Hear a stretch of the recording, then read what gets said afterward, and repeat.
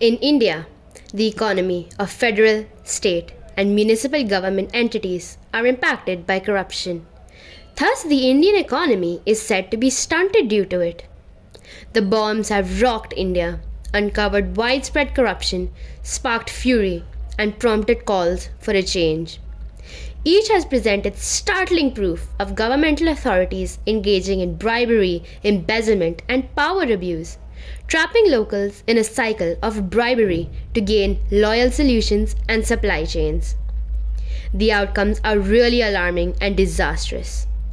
Inequality is increasing, regulatory rules are being abandoned, and trust in institutions is deteriorating as dishonest people stuff assets meant to benefit the public good into their own pockets.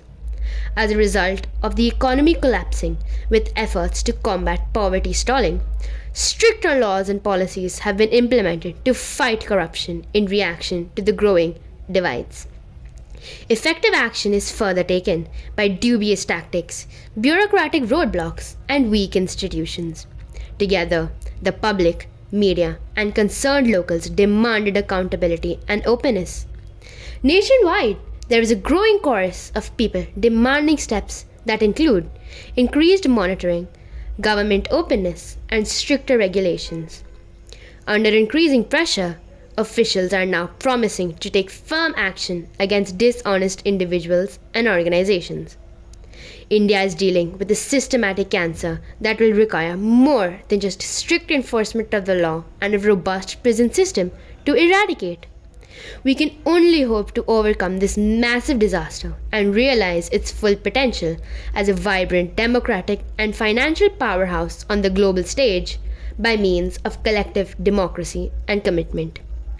Every day, we learn about significant incidents of corruption in the newspapers, which has led us to believe that the administration has taken no action to address this critical national issue. Corruption is like a sickness that slowly sleeps into the economic system. If we want to be the greatest economy in the world, we must put an end to this corruption in order to create tremendous assets rather than liabilities for the Indian economy. This is a warning sign for India's economic future. So, on today's episode, we are going to discuss a controversial topic. So tell us, Manvika, what according to you is corruption? For me, corruption is someone being dishonest or doing something in an unethical behavior that has a great impact on everyone. It can include things like bribes, double dealing, fraud, and some other stuff. For example, in a layman's language, basically, corruption is taking money from taxpayers, which is us, and using it on something that they didn't promise on. Okay, so do you think political leaders play a role in the severe corruption taking place in India? First of all, I would like to say that they're not qualified enough to be called as leaders.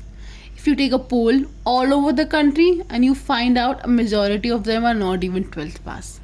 That's the real reason for why the corruption in our country is high.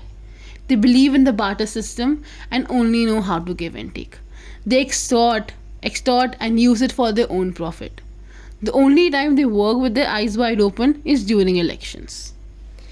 Do you think that citizens have any way to prevent corruption? I would like to say that a lot of citizens are actually not aware of their rights. The basic need for the government is because not everyone can come together to run the country. That is why we have the right to vote and choose our leaders. But sometimes it is actually the fault of the people for not choosing the right leaders. Ministers bribe people with free electricity and water, which concludes them to not choosing the right leaders. Illiteracy and biasness are also one of the most major reasons what we as citizens of India face in front of corruption. Okay, my last question to you is, what do you think the causes of corruption are? Honestly, there are various reasons, but some of the biggest are low pay scales, which is the issue of low wages for public officials, which leads them to taking bribes. Another is lack of strict punishments because of the weak link judiciary. Furthermore, we have other reasons like poverty, hunger, cultural factors, etc. And at the end, I just want to say that we need more transparency in this country. That's all. Okay, so thank you for your valuable answers and precious time. Your insights were really helpful. Thank you so much.